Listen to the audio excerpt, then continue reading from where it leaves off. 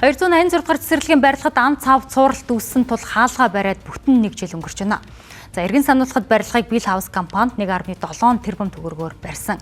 Гэтэл тус компани хариуцлага хүлээх нь битгийхэл өнөөхөр засварын ажлыг бүрэн дуусгаагүй байгаамаа.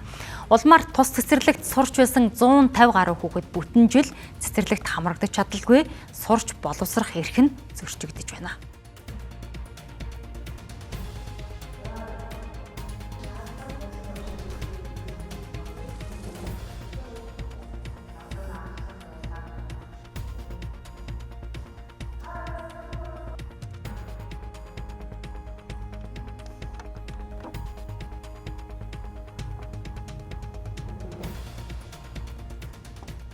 За үзэгчдээ бид 286 дугаар цэцэрлэгээс мэдээлэл хүргэж байна. Таны харж байгаа энэ ханд өнгөрсөн жил цууралт үүснээс үүдэн одоо нурааж дахин засварын ажил хийсэн.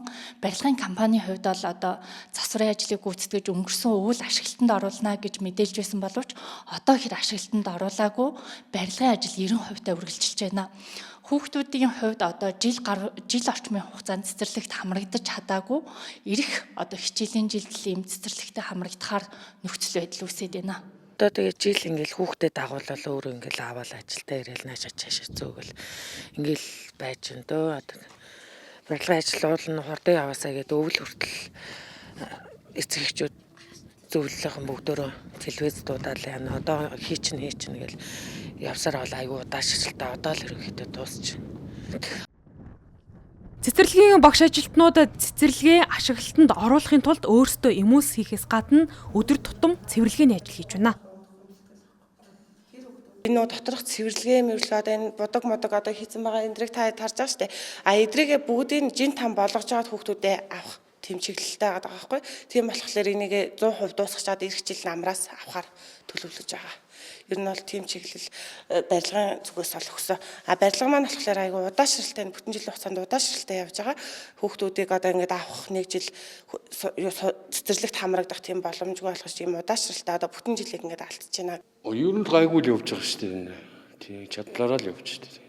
Юус нэг санхүү жоохон тийм юм дээр л жоохон удаж байгаа болохоос бусдаар бол гайгүй шүү дээ. Одоо ер нь болчлоо шүү дээ 90%. Тийм одоо нэг цахилгааны зүрх юмнуудаа хийчихвэл болж энэ цэвэрлэгээ гэл. 286 дугаар цэцэрлэг 2023 оны 4-р сард ашиглалтанд орсон. Гэтэл жилийн дараа л барилга үйл ажиллагаагаа явуулах боломжгүй болсон. За барилгын тухай хуулиар гүйцэтгэгч компани 3 жил хүртэлх хугацаанд засварыг хариуцах үүрэгтэй байдаг. Энэ дагуу компани засвар хийж байгаа тул тухайн компанид ямар нэгэн хариуцлага тооцоогүй гэдгийг албаныхан хэллээ. Харин салбарын сайд гүйцэтгэгч компанид хариуцлага тооцно хэмээн мэдэгдэж байсан юм. Үнэхээр хариуцлагагүй компани байлээ. Хариуцлага тооцоолно. Барьцаа мөнгө нь бол байж байгаа. Тэрнгээр нь одоо мэргэжлийн дүгнэлт гарах болно. Манай компани барилга барьсан үлдэгдэл мөнгөө одоо хүртэл авч чадаагүй байна. Бид засварын ажлыг 5 дугаар сард багтааж дуусгах гэдгээрээ дуусгаж байгаа. Манай компани энэ барилгыг бариад ашиг олох нь битгийхэл алдагдал хүлээсэн. Бид засварын ажилд 160-аас 170 сая төгрөгийг зарцуулсан. Манай компани татан буугдсан ч бид хариуцлага хүлээгээд засварын ажлыг хийсэн. Удахгүй хичээлийн улирал дуусаж хүүхдүүд амарна. Ингэснээр хариуцлагагүй компани уршгаар 286 дугаар цэцэрлэгт сурч байсан хүүхдүүд ирэх хичээлийн жилээс нааш цэцэрлэгт хамрагдаж чадахгүй нөхцөл байдал үүсэж байна.